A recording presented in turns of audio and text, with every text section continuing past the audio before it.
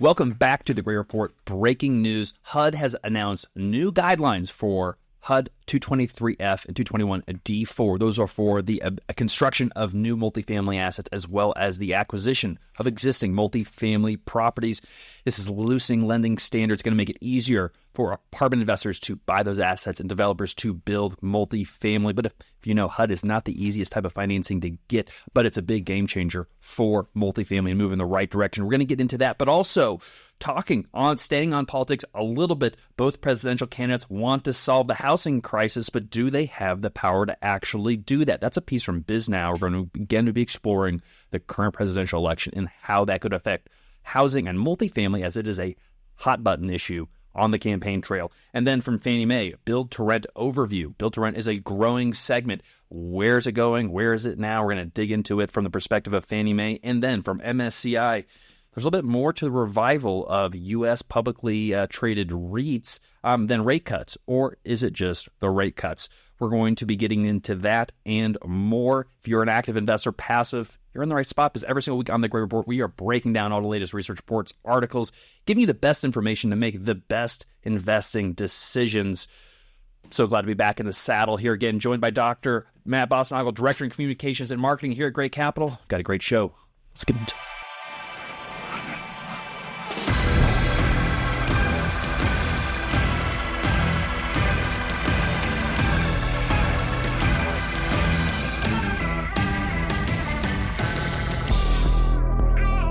Welcome back to the report, Matt. Hello. How we doing? Pretty good. It's good to be in the co-pilot seat.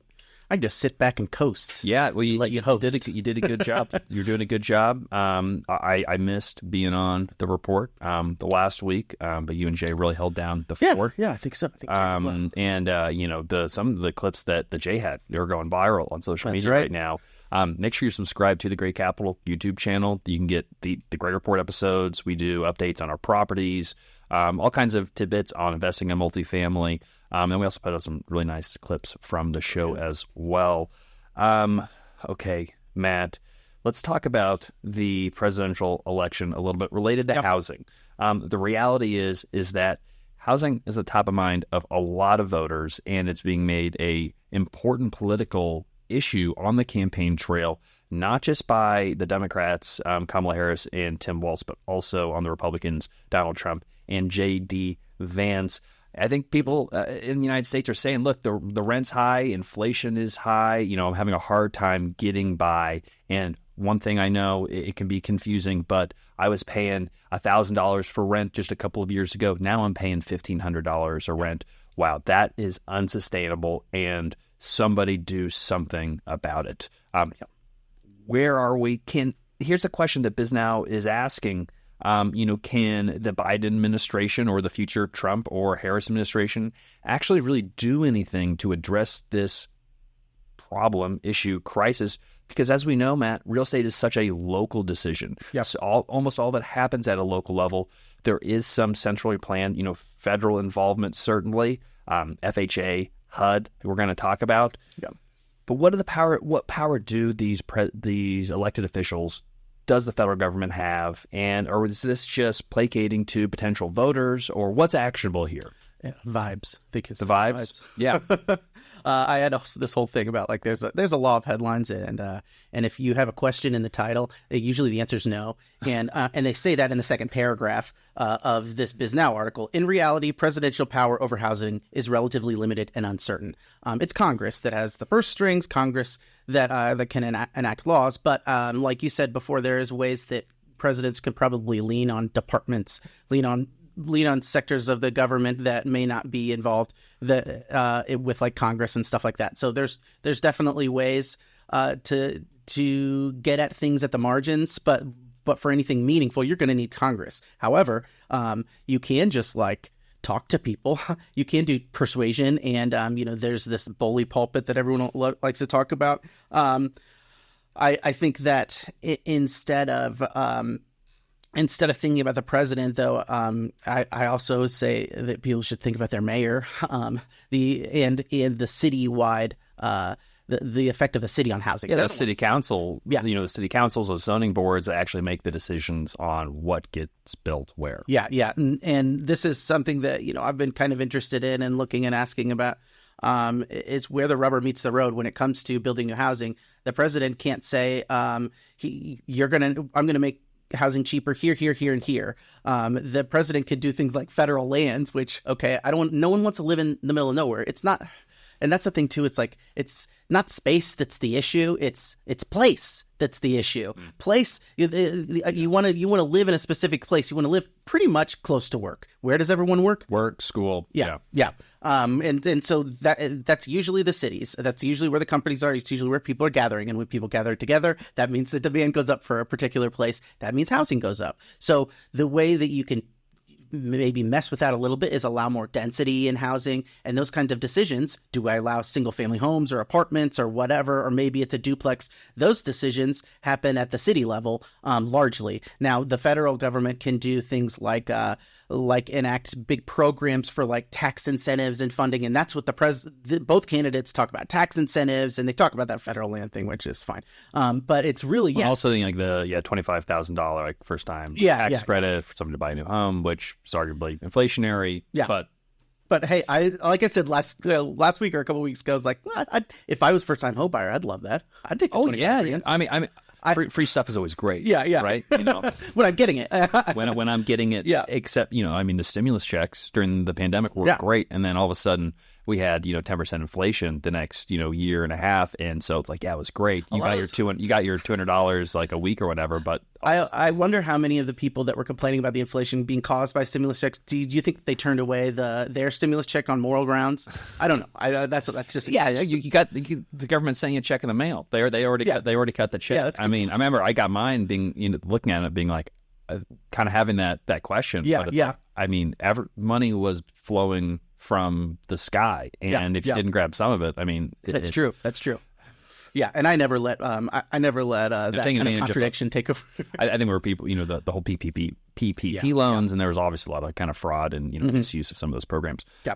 But anyway, so but that's a good illustration though. That's one of these things. It's like there's a lot of little government programs and government machinery that probably the president has some sway over. And again, that's like probably the margins. Like you can pick the laws on the books and kind of decide on enforcement, but you may not have perfect power over that. But yeah, it is a local thing. It's a city thing. That's my first knee-jerk reaction. Yes, first I thought about agencies or departments of the government, but I really thought about like, man, it's the mayor, it's the city council making these decisions. Well, so the one mechanisms that the federal government does have some control over is FHA, the Federal Housing Authority, and then HUD, which is underneath the FHA. The FHA also, has oversight of Fannie Mae and Freddie Mac, and the majority of loans for both single-family purchases of individuals. Yep. Are typically going through this traditional agency, standard mortgage products, but also on the multifamily side, not other asset class and commercial real estate, but multifamily. Yeah. The near majority is financed. I think it's a little bit over a majority is financed through either Fannie Mae and Freddie Mac. And then if you throw HUD in that mix, also I think it's definitely over 50%. Okay. And so there was a little bit of controversy. If you remember a little bit earlier in the summer, talk of enacting some sort of restrictions and even like rent control and limitations through the agencies, because they can make stipulations like, we'll give you this loan. It's going to be a great interest rate. A lot of commercial mortgages, if you're going to go buy an industrial building or retail or office, they're amortized over 25 years. Fannie Mae, Freddie Mac, they're amortized over 30 years. In HUD, 223Fs, they're amortized over a 35-year period. Okay. So that brings down your overall monthly payments because the government is incentivizing investments in housing for the reasons like we're in a housing crisis and we need more supply. And so, again, we're talking about carrot and the stick. We've had a lot of conversations related to the carrot and the stick, putting restrictions as in, and they, we'll start even before the restrictions, the way they've used carrots in the past to achieve other types of policy initiatives, like around sustainability. They had green rewards programs. Yep. It started out really easy. You drop in some new LED light bulbs. We're going to even get a lower interest rate on your loan, maybe even an extra year of IO. They made it a little more then they made it a little bit more stringent. They wanted to see really quantifiable, actionable steps of how, want to seeing your usage actually going down and really spending some money to make properties more sustainable, more efficient on, water usage, electricity usage, etc.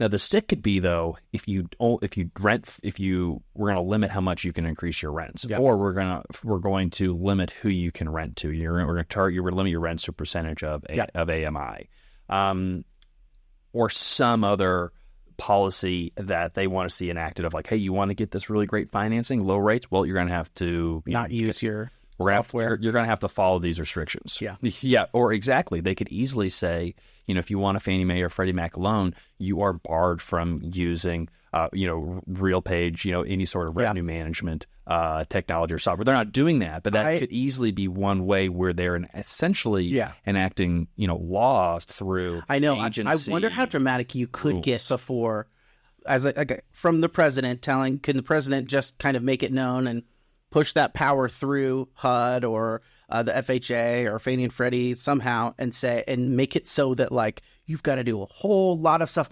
Could you say you can't use rental software? Sure. To get a Fannie Mae loan? I'm not aware. I mean, again, because no one's forced to use this type of financing. There is, private market financing. Go to your local bank, your regional bank. Okay. You can go get a loan, go to the CMBS markets. There's other financing options out there, just they're not as attractive as some of the agencies, again, because they're kind of subsidizing, or in HUD's case, the government, FHA, is providing a guarantee on that loan that allows, investors of those K-bonds, in the case of HUD loans, it's a little bit less risk, so that you can get a little bit lower rate, but more certainty. But let's just get into the details of what exactly this HUD letter says. But it's some evidence that it's actionable new carrots. Perfect example in the multifamily market, because the fact is HUD is seeing a crisis with multifamily starts, coming down to really record lows off of record deliveries, happening right now, 40 or 50 year kind of peak in deliveries. But they're seeing over the next couple of years, we're not going to be building enough housing to support growing populations and just what is needed right now. We're already in a huge deficit. So October 16th, HUD released this letter, and here are the big changes. It's really two. They're increasing loan to cost, as well as lowering their DSCR ratios. So what this means is that multifamily borrowers are going to be, so for 221 D4, so that's new construction, and 223F, which is typically used for acquiring existing properties, you're going to be able to borrow up to, in some cases, up to 90%, in other cases, 87%. So, formally, for market rates, this is affordable. And this is for 90% or greater units with affordable assistance. Let's just look at market rate, because that's probably what most folks are going to be familiar with, but this chart does apply to other affordable housing strategies. So 221 D4 against new construction, the loan to value or LTC is going up from 85 to 87%, and they're lowering the DSCR restrictions from 1.176 down to 1.15. That may seem pretty marginal. Yeah, it looks really small. It may seem really small, but it is bigger than just 2 percentage points. Mm-hmm. That means a borrower is going to be able to borrow a couple more $1 million. It's going to incentivize more investors. And on the development side, it's hard to pencil deals. So a little bit of the right in equity is a challenge, especially for development deals right now. And so a little bit extra debt proceeds could be the difference between doing a deal that's on the fence. Yep. We know we need more supply, and this is an effort to incentivize more supply. And it's a big enough issue in crisis that FHA, HUD decided we need to make these policy guidelines. Yeah, it would be fascinating to learn how that decision was made, whether this starts with a stance that comes from the president and kind of trickles through into the FHA, whether this is purely an independent kind of decision from the head of the FHA. They decided, oh, no, this is, the agenda that was set, and then I'm just doing my job here, or whether it's, a mixture or a response to events or something like that. I'm surprised that the White House hasn't come out and made this a big deal, because this is actually something that could... Would take credit for it if you... Yeah. I would think they would want to take credit for it. I mean, it's signed via DocuSign, by...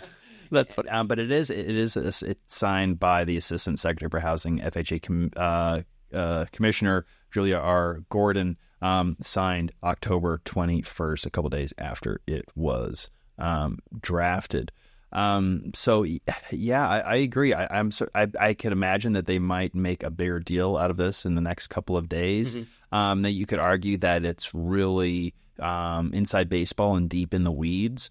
But if I was Kamala Harris, I would say, look, this is what we're doing right now to help stem this affordability crisis, even though this isn't going to affect, any home buyers of single-family homes. This is really more to increase the supply of rental housing over time that allows for rents to be more stable, again, over the next, decade or so. So it's not any immediate benefit, but it's definitely, an actionable step of saying, hey, this is a purview where, you could argue how much the federal government should be overseeing this huge swath of, private markets by, kind of subsidizing and price fixing, how they're going to be, lending. I just imagine, what if they changed the debt service coverage ratio to over 100%? Like, what's the limit? What if they, they're giving money to developers to build or something like that? Like, what is the limit before Congress is like, all right, this is too dramatic? Well, you could push things pretty far. What if it's 99% of, they want you to be able to pay they want you to be able to pay the debt service. That's the DSCR is, I'm sorry. I was mixing 100, 100 is you can, there's only enough cash flow to cover the mortgage payment. I mean, what if you get your LTVs at over 100%, or you could fudge these numbers pretty dramatically, and not fudge even, just change legally within the purview of the government without maybe a congressional writ. I'm very curious to see how far this could be pushed, because there's 100% financing. Right now. If you want to do an adaptive reuse, if you can stack some tax credits with some affordability, there's plenty of cases where you can get 100% financing in certain conditions. Those are usually also, combined with local incentives. It's rare, but there's plenty of strategies where you can get 100% financing. But you're going to be jumping through a lot of hoops. You're going to be dealing with a lot of agencies. They want you to do something very specific. It's like, hey, here's this old factory in this, a town that's, declining. And so I'm going to get, a loan from HUD. I'm going to get some local incentives. I'm going to get some adaptive reuse tax credits. You can stack those in some cases. Pretty cool. But so and it's how the government incentivized. Like, hey, no, this factory is just going to be sitting here. But it would be cool if it was like apartments that we rented out to people who were making somewhere between 60 and 80% of the area median income. Wouldn't this be great? Well, maybe economically it doesn't pencil all the money you have to bring to it, but hey, we'll give you some tax credits that you can syndicate and generate some revenue from, and we give you a really good loan. All of a sudden, maybe it can pencil. Interesting. I'm sure that there's a lot of tools that are there. Government's a complicated thing, and it's got its hands in a lot of people's business. And they could probably use that if they wanted to increase housing. There's a lot of angles you can come at it with. So this is certainly welcome news. Obviously, there can be unintended consequences when the government picks winners and losers. But in this case, a broad stroke of like, hey, let's make financing a little bit easier because interest rates are up. Another piece that we haven't talked about yet today, this week, but the 10-year I'm not sure if you guys talked about it last week or not. 10-year Treasury back at 4.2%. It was 3.8 some just several weeks ago. So a huge surge in the 10-year Treasury. That's making it harder for buyers and developers to close deals, to make deals pencil.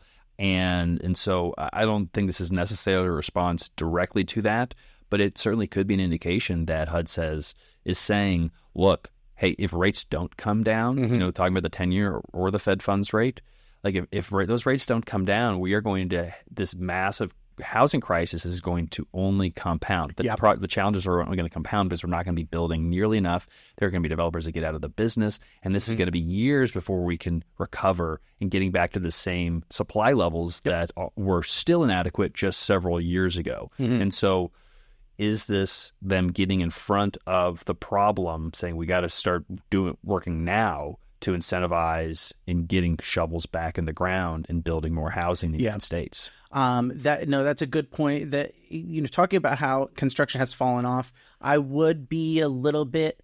I'd have to look at the numbers to see.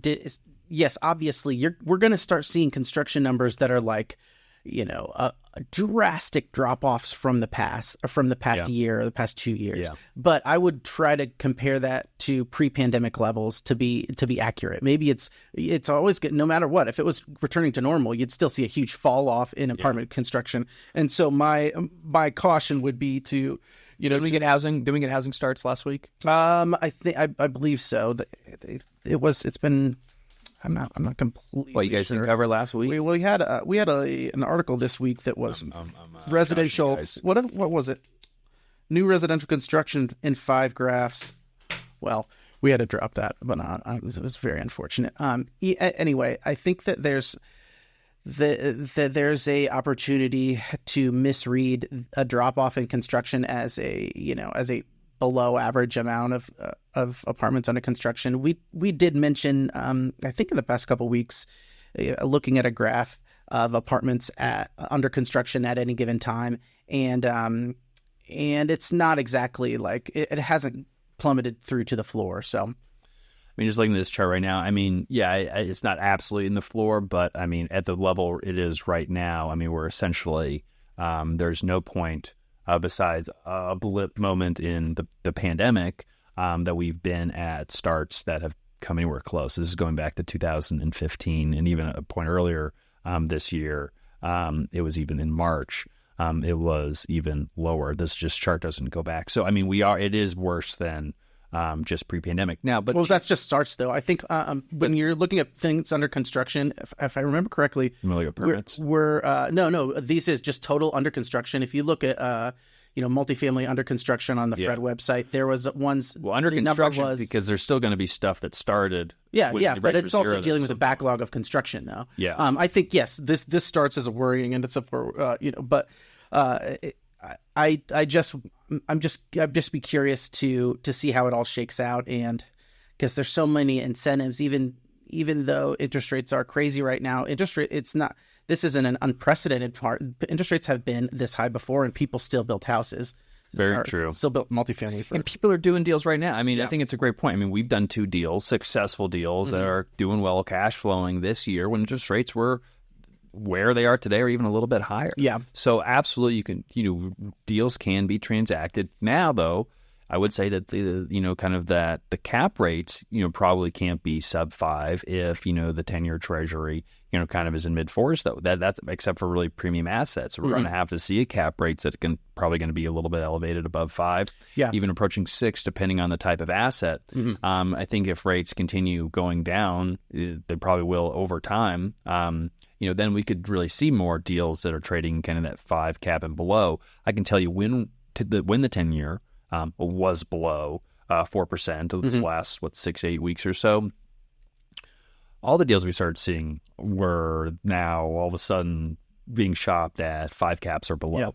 And deals are under contract now for 5 caps and below, with the idea of like, hey, we'll shift into a lower rate environment. And we could do that, but it may not be before you close. It could take 6 months rather than 3 months. The economy is reaccelerating in many cases. We've had very strong job numbers come out. The economy is just kind of too damn good right now in very weird ways. Not good universally, but like there's sectors that are churning hot enough. There's still some inflation. I'm still in the camp that eventually we're going to normalize down, but it could just be none of this is happening it's going to happen as quickly as we all want. Well, and that's what that's kind of my first thought when you mentioned the 10-year. It's like, well, you can't rely on rates coming down to make your deals work. You can't, if you're going to wait for rates to come down, you're kind of making a mistake in this case because first of all, it's been longer than we thought. And second of all, it hasn't really followed lockstep with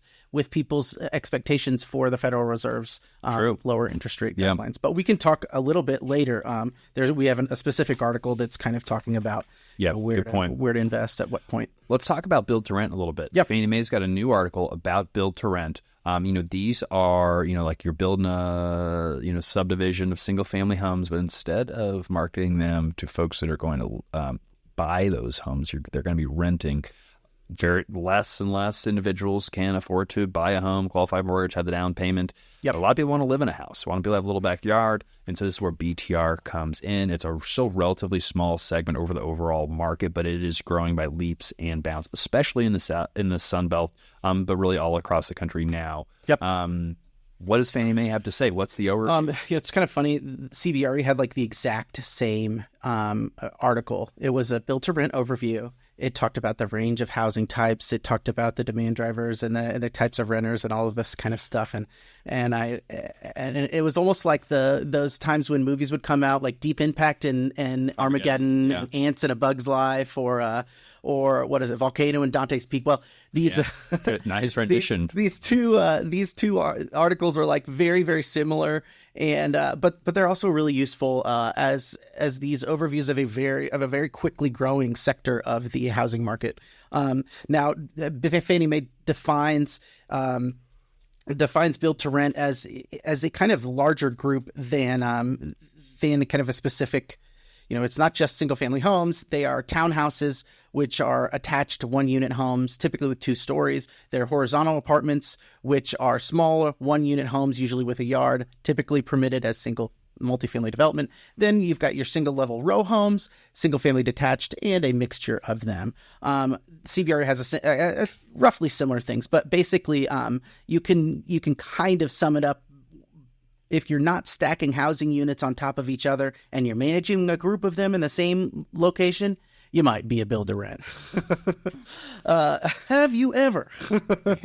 Anyways, construction, it talks about, and it's heading up dramatically so recently. But many of the units that fall under the Census Bureau's definition of build-to-rent are constructed by small-scale developers, building only a few units at a time. Larger-scale developments of 25 or more are a subset of the total. Volumes have been relatively small, never exceeding 70,000 units completed in a given year. So build-to-rent construction took off, but I think it was just starting at that smaller base. So you see how build-to-rent completions increased 190% in 2022. Because, on one hand, you'll have the single-family home developers who are like, they've got the land and they've got it all, the pre-development work, and they're like, maybe I could just build these homes and I can just sell it to one buyer. I'm going to need to turn these things into rentals. No, I used the accent. No. I picture the Texan with the big hat from The Simpsons. But then on the other hand, you got like multifamily developers who are like, well, we could do that. But the single family home developers are like, they're going to have to finance that construction, without a buyer in mind necessarily. So they're like, how about I build, 10, houses or 25 or 30, 30. They're not going to do 100. Homes just to see, how it works, because it's a relatively new concept, especially maybe in a market that's relatively new. For a multifamily developer, they're going to look at it like, okay, how am I going to manage this? Because the single family home developers are like, well, I don't know how to manage, apartments. A multifamily developer, they want to make sure they've got the economies of scale to manage it. So they probably look at building a larger a larger development, and that's where you're going to see, I think, a lot more of the mixed options of, you've got some townhomes, you've got some flats, you've got a couple cottages or houses. You kind of have different product types. I can see really successful, especially if that's mixed in with some mixed use. I would like that too, even just visually. I've been in some, I've lived in a neighborhood that it wasn't necessarily a build to rent at the time. Most people were renting, but I'm guessing most people were renting. But even the ones that owned it, all the houses kind of look the same, and it can be, especially since it's spread out over a large area, it can tend to look a little monotonous if you're not really kind of paying attention. But that's some of the sacrifices I'm guessing that are necessary in order to kind of maintain and run this efficiently. You can't. It's never going to be like each house is made by an architect. This is all. It's pretty much stamped so that you can. It's got the money. Yeah. I mean, I think obviously there's some really good designs out there that try to Planned mix communities things up and stuff. a little bit. But you're trying to be efficient because it's expensive to build, and you want to try to make the rents obtainable.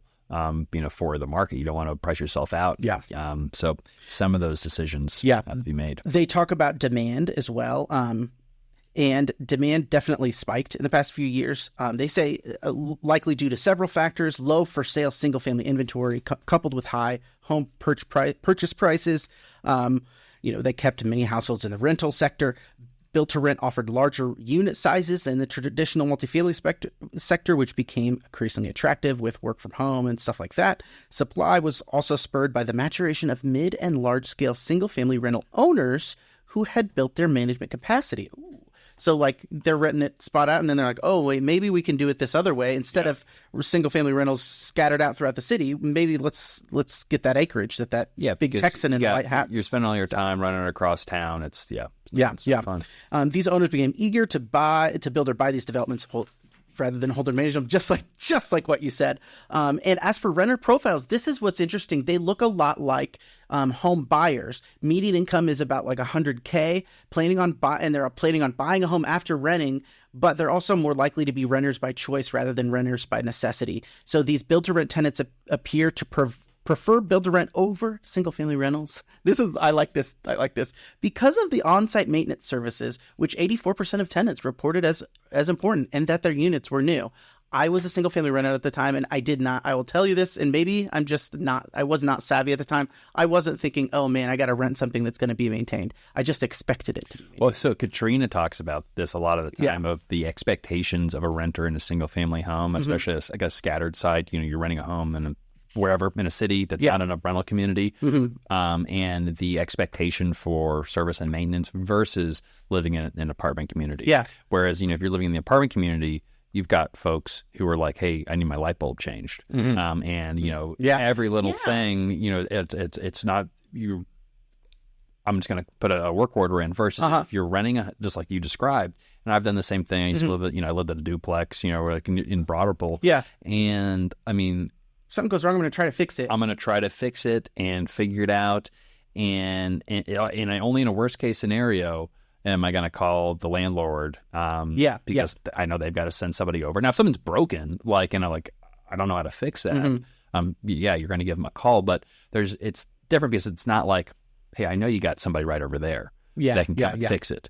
And I'm pissed off, come here and fix it. So it's that level of expectation. So we've talked about, do we need to have a little bit of a reset of what those expectations are? Same if we want to provide really top-notch level of service, and it's like, I guess if you need your light bulb, switch out. But if you're looking at 100 work orders you got to do, you have to run across to switch a light bulb. It kind of plays into what I was talking before. It's like there is it could be a phase of life or something, or just the living in a house is a little bit different, I think, maybe, than living in an apartment. And it's this man's home is his castle, maybe, or something like that. But there is a sense of ownership. Is it a tragedy of the commons a little bit of I think it could be. It's like we're sharing walls, we're sharing a hallway. It's not my responsibility to keep the hallway clean. If anything, I own. There's 20 people in this hallway. It's like maybe I own a 20th of it, but that's really which it is. The landlord and the maintenance team's responsibility to keep it clean. Versus you're at a home, that little sidewalk in front of you, no one else to blame but yourself. No one else to blame. And there's snow on it, shovel it. No, you're expecting somebody to come across town just to shovel your little sidewalk. I know. And and then you're allowed to take pride in your work too.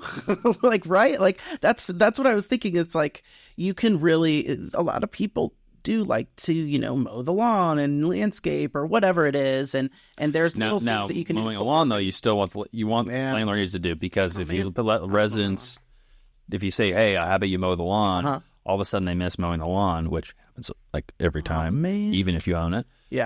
All of a sudden you're getting fines from the city. It doesn't look good. So there's certain things that as a landlord specifically, you need to do, and you don't want the resident to do. You don't want the resident to for example, to like change the like heat on their hot water heater or stuff like that. So I was a good renter. First of all, I mowed my lawn. I cut the tall grass that was supposed to be cut every year.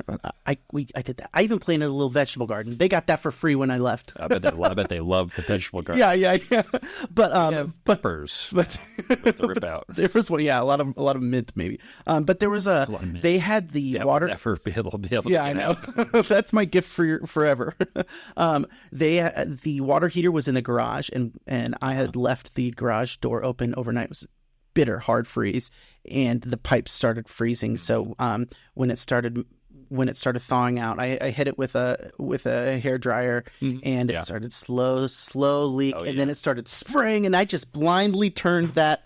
I found the lever, and I turned off the water supply, and I was proud of myself because I didn't need the landlord to do that. The faucet, or like it was spraying out of like the water intake. Like it was it went from a small trigger to like completely.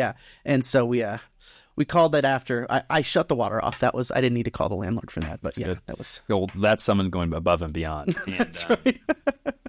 There's a leak. We don't know. There's this faucet over here that we could turn off, but it's funny. Anything that you do want to cover? Anything? No, I just included this. The Fannie Mae one is really all encompassing, and it's included on the report newsletter. So every Thursday, it'll be up there for sure. There's sorry. Oh no, we just go pop on over to www.greatcapitalllc.com/newsletter. Sorry, I was jumping the gun there. But when it comes, they also talk about rent growth and cap rates. I included a core logic, and I'll include it in the show notes as well, where it says that that build to rent is slow and steady at like 2.4%, and this is August numbers, but that 2.4% is at least double what multifamily is. So build to rent growth, I think, is a little bit more elevated, maybe more stable. I haven't seen it. The specific numbers, I don't think that it reached the peak that multifamily did, but it has been more consistently elevated compared to multifamily rents. And I think that really, it makes a lot of sense to me. I also when it comes to cap rates, build to rent tracks pretty closely with multifamily. And then finally, geographically, and that's what you have up here, build to rent it covers rough. They say that it is concentrated in different places than apartment supply, and I kind of agree. I definitely think it's not like a 1-to-1, but the Sunbelt does dominate when it comes to the amount of build-to-rent construction going on at the moment. Yeah, it is interesting. One of the largest build-to-rent. So these are the markets with the most build-to-rent projects, with Phoenix having the most, Dallas, Houston, Atlanta, Inland Empire, kind of following suit. But it is interesting, like one of the largest groups that is in the BTR space is Redwood Living, and we knew those folks a little bit. They're based over in Ohio, I think Columbus, and they're by far the largest owner with 16,000 units. What I know about I believe they're long-term owners of their properties, and they have a big concentration in the Midwest, which isn't really where a lot of the BTR is happening. But one of the larger BTR companies, developers, is in the Midwest. Yeah, there was someone that was calling out Columbus for build to rent. And I'm Columbus, Indy, and Detroit. Okay, there we go. Is where they're mentioning specifically Redwood. Yeah, that's really interesting. Sky worked at a Redwood community. Oh, really? We'll have to bring her in. I'll have to ask her to see what the experience was, what the like you said, like what the expectations of a build to rent tenant was, and I think that one thing I do. Sure, you want to bring her? She's not here. She's out. She's out. But like, what the difference between? I think that Indianapolis specifically is a bunch of people that want to live in a house, and there may be a lot of that in Midwestern cities as compared to maybe like when you're living on the East Coast, maybe apartments all really. But there's different, the makeup of different cities is going to probably define what your preferences is and what your options are. So it's going to be interesting to see how build to rent works out, because some cities just don't have the space to have build to rent. And very, very, very true. So, places like the Midwest, I think Phoenix apparently has some room. Could be a good option. Put this on federal land, just a bunch of build to rent in the middle of Utah. Utah's growing. All right, Emmett from MSCI. More to revival of listed U.S. real estate than rate cuts. But is there more to this? So long story short, publicly traded REITs, specifically multifamily, but publicly traded REITs, they've been having a comeback over really the last couple months. Part of it is, let's just say what's obvious, anticipation of rate cuts. The REITs were very much beat up throughout 2023 and in the second half of 2022. I mean, there were huge declines in all real estate stocks, especially REITs. They've been recovering this year.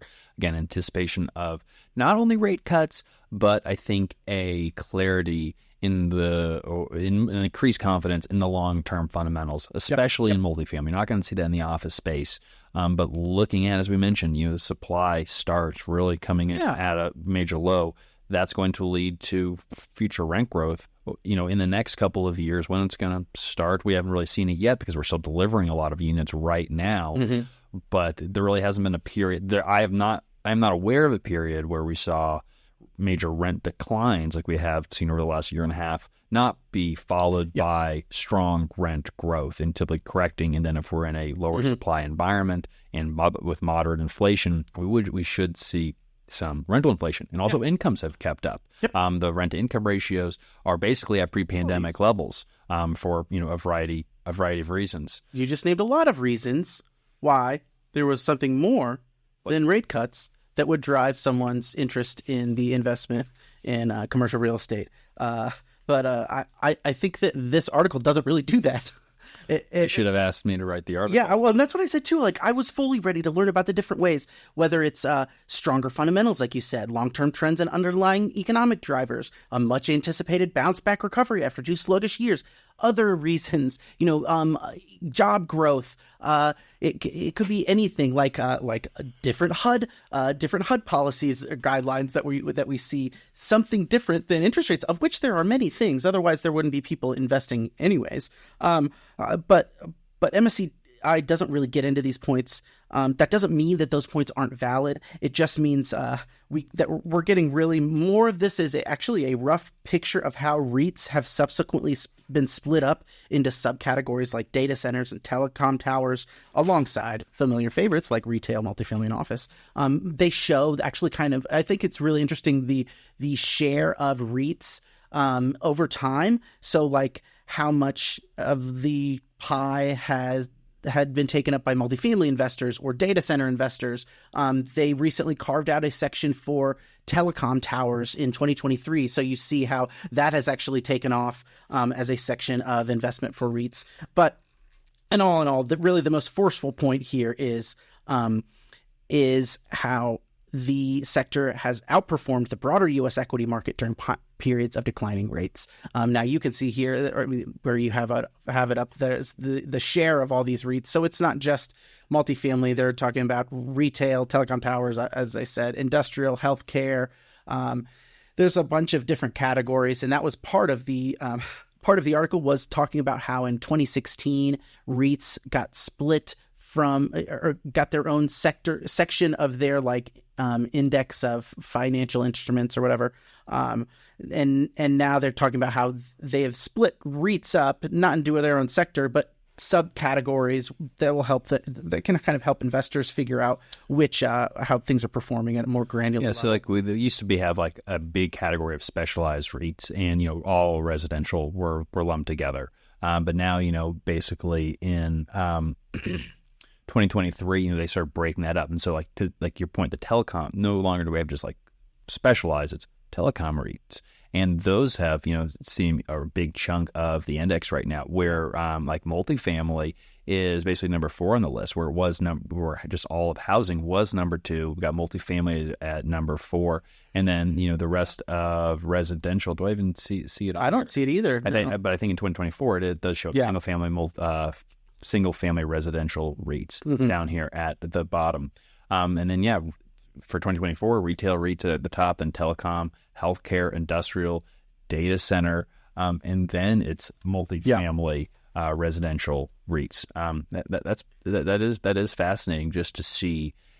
What this is again, where oftentimes, not always, but a lot of times people are investing in REITs because they're public market investors. They have a high priority on liquidity, and so their portfolios are in swing, and they want to have exposure to specific sectors and weights in their portfolio. Now, obviously, private real estate and public real estate, paper real estate, aren't one-on-one correlated. Yeah. I mean, the public markets you're just trading on speculation, and they're really more financial products that are represented. They represent real estate companies invested in real estate. You're not actually buying that real estate. Yeah. You're buying what people are willing to buy. Yeah, and so you're getting people that are looking at it from just a different lens. And so like in this case, we were like, hey, I want exposure to specifically those telecom REITs or data centers. I want to get access to that, and I can go and do a quick search on my Bloomberg terminal or wherever and find all of the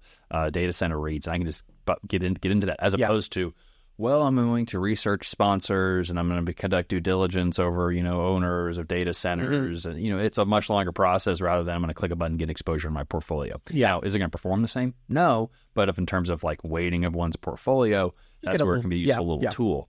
And so the higher the granularity of strategies and asset types within REITs is certainly helpful to those types of investors. It's interesting, that type of exposure. And this is my gut reaction. It does seem like you can know what the fads are, right? Or it, specifically maybe with telecom towers, maybe there is like a momentary need for that, and that could wax and wane over time. I'd love to know how these things shake out, because I remember during COVID and maybe a little before, people were talking a lot about doctors' offices and medical office and that, MOBs, and that's still a big deal. But now how much I talk about data centers are so huge, and so it'll be interesting because of AI. Data centers were big prior to the AI boom, but now with AI, we have to build even more data centers, and a little bit of a gold rush. Definitely a niche sector, for sure. But to get to the heart of this MSCI article, they do have a table at the bottom that does compare the performance of REITs against the broader investment market index. Because despite the headline, there's a quote here that really that kind of shows the lie too. It says, "Our findings align with intuition. The REIT sector has outperformed the broader U.S. equity market during periods of declining rates. Moreover, on average, the deeper the rate decline, the stronger the sector's relative performance has been." So they've got this table here. I kind of did a little bit of extra research figuring out what the labels here were. So they have things separated into quintiles, and they don't really tell us that this is the change in interest rates are what these quintiles are represented with. So the first quintile is represents the strongest interest rate decreases. So we're talking about interest rate changing by negative 0.2% to negative 1.1%. And then the second quintile is negative 2% to negative 0.1%. And then the fifth quintile is an increase, right, of the opposite strength. So from positive 0.2% to 1%. So that's all I'm saying is like the lower the quintile, you're talking about decreasing interest rates really strongly. The higher the quintile, you're talking about increasing interest rates really strongly. And what it shows is compared to their overall investment index. So it's this the MSCI IMI, which is investment market index. So that's like everything that you can invest in. When interest rates are really low, the everything is compares fairly poorly with REITs. Now, for the first quintile, this is what I think is really interesting.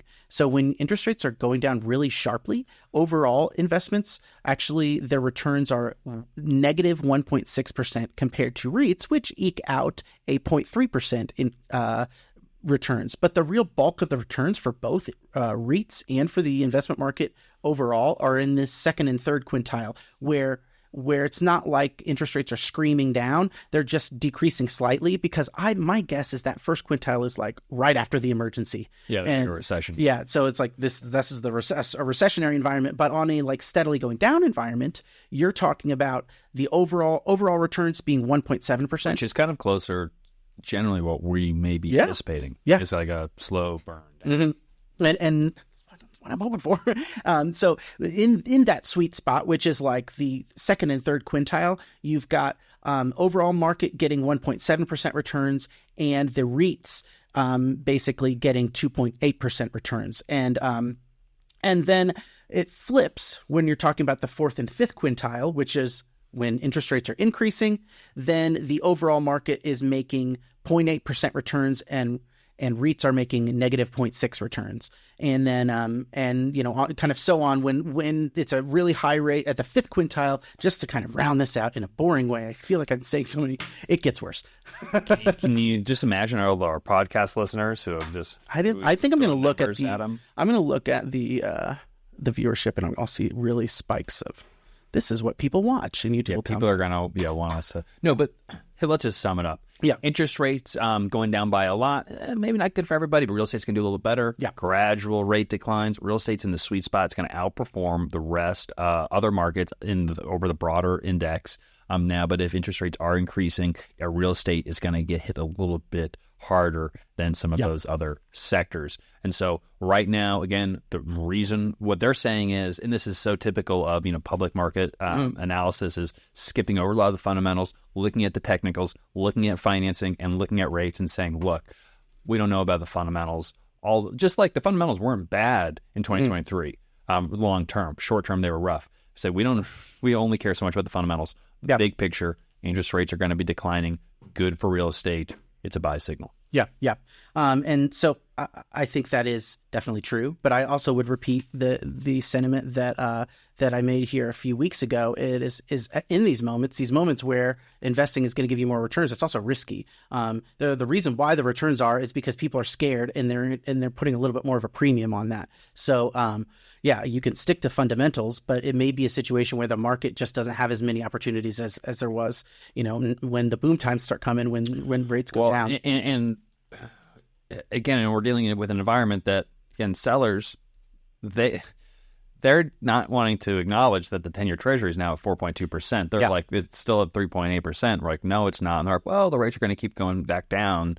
Maybe will be the case, but it's going to make it a hard environment to make those transactions work. If the bid price gap and spread, I think got closer, and then we've gotten further away. It's going to continue to expand and refract and continue to go through these cycles of, as we're getting closer and closer, and the market's going to kind of shake out a little bit more. But we still have some more time, and it's going to be higher risk. So you're going to have to, in order to participate, you're going to have to stick your neck out a little bit and speculate on something, whether that, you just have to be careful and understand that. And the way I would do it, the way we do it is, okay, does this deal work in today's environment, in an environment where it gets worse, a little bit worse? Obviously, there's a point where nothing works. And then, okay, but we actually think that, we're going to get some rent growth and maybe rates are going to come down at some point. Wow, this is incredible if that happens, but it's still good, and even really good if we just stay where we are today. If you get into an environment of where we need all of these things to happen for it to be good enough, of like, well, rates need to come down, we need to get all this rent growth, cap rates are going to come down, and then we can squeak out a 12, 13, 14% IRR, that doesn't make me excited. But if I can say, hey, look, base case, like worst case, like base case, we're getting a 14. Worst case, we're getting like a 12. But if what happens, what my gut says is going to happen, we're going to get a 16 or more, maybe even a 20 if things go really well. That starts to become more attractive, because that range of, call it 12 to 18%, return IRR is much more attractive than, well, it's 6 to 12 or 6 to 14. That becomes uninteresting when there's some private credit options that can yield that 12%. Yeah, one thing that I've noticed, just doing the Gray Report, and we try to have as many hot takes as we want. But it's slowly coming. Everything, whether it is the wave of apartment supply or interest rate trajectory or inflation coming down, things have taken so much longer. They have been trending in the direction that we thought that they would trend, and we knew that they would trend. So, here's a perfect example: CPI rent growth. It is going in the direction that we know that it's going to go, but it is taking sometimes like a year more or definitely like several months longer than we thought it would be. Yeah. So if you can't hold on when conditions aren't perfect for you, then maybe it's not worth pursuing those kind of deals. If it's not survivable at the current places, you can't count on timing in this case to be in your favor because things have just been so slow for so long. Excellent point. If you like what you heard on the Gray Report, make sure you check out the Gray Report newsletter. You can sign up graycapitalllc.com/report. Again, that's a bi-weekly newsletter. The big one's coming on Thursday at 8:30 in the morning. The next is going to come on Sunday sometime in the afternoon, give you a little quick snapshot. And again, if you're a accredited investor, family office, or a registered investment advisor, wealth manager located here in the United States, fill out a form, schedule a meeting with us. Love to talk about your 2025 investment strategy. We are kind of deep into the middle of laying out our 2025 roadmap, our strategy, how we're going to be tackling this market. We made 2 great acquisitions so far in 2024, a little over $100 million worth of multifamily real estate that right now it's yielding like 6% cash on cash distributed monthly to our investors, which so far everyone really likes getting that consistent monthly 6% annualized cash flow. Again, if you are an accredited investor, get in touch with us. Love to have a conversation just to see if it's a good fit. That's what we do. We love doing it. We manage, we buy, try to make things better, treat people well. That's right. All right, catch us on the next episode. And again, hop on over to the YouTube channel, give us a subscription, and leave a comment because we always respond. And maybe if it's a good one, we'll feature it on one of the next episodes. All right, have a good one. Catch you on the next episode.